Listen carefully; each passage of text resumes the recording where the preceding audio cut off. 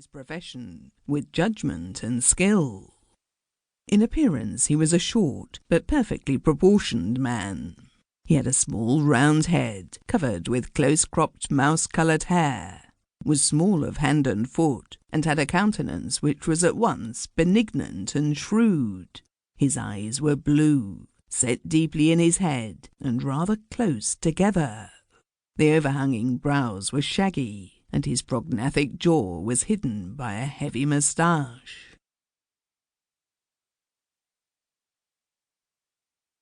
Part 2.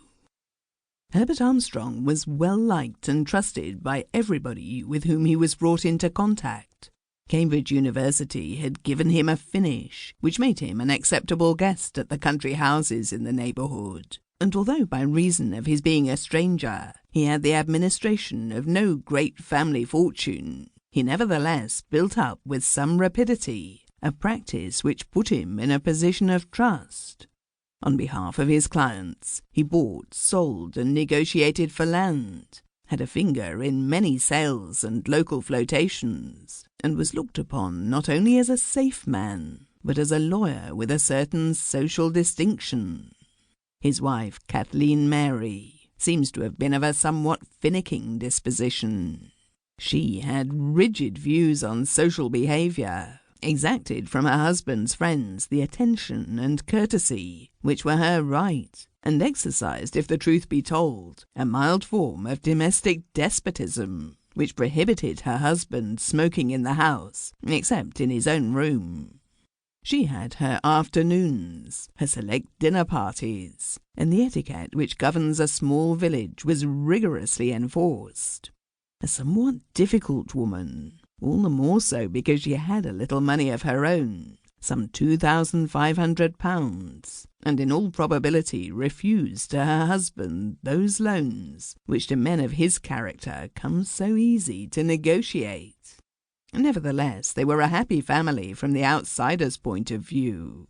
There were 3 children of the marriage, and neighbours regarded the Armstrongs as united and good-living people. They were regular attendants at the village church. Mr. Armstrong, as he was in the early days, was seldom away from home until the call of war took him to a south coast town and subsequently to France.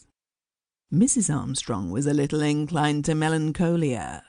She was a musician of exceptional ability and would spend hours at her piano, but there was no suggestion that her despondency was caused by any act of her husband or by her knowledge of his misconduct. To Armstrong the war may have come in the nature of a pleasant relief. It took him from his restricted activities to a larger and wider world, pregnant with opportunity, to new faces, new interests, and incidentally to new ambitions. It was while he was quartered on the south coast that he met a lady who was subsequently to play a sensational part in his life. Her name, well known to the press, has never been divulged publicly, and I do not purpose deviating from the very charitable attitude which the press of the day adopted. It is no secret, however, that Madame X was a middle-aged lady possessed of much property, and with whom Armstrong became acquainted sometime in 1918. He was an attentive friend, and there grew up between these 2 people a friendship which seems to have been wholly innocent as far as the lady was concerned. She knew he had a wife in delicate health, and she formed the impression that his marriage was an unhappy one.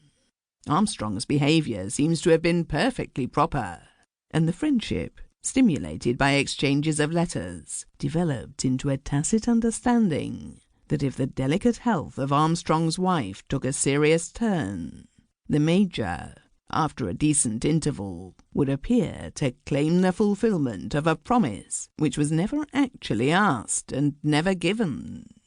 Doubtless this little middle-aged man, with his iron-grey moustache, was a dapper figure in uniform, well likely to raise a flutter in the heart of a lady who had passed her 40th year.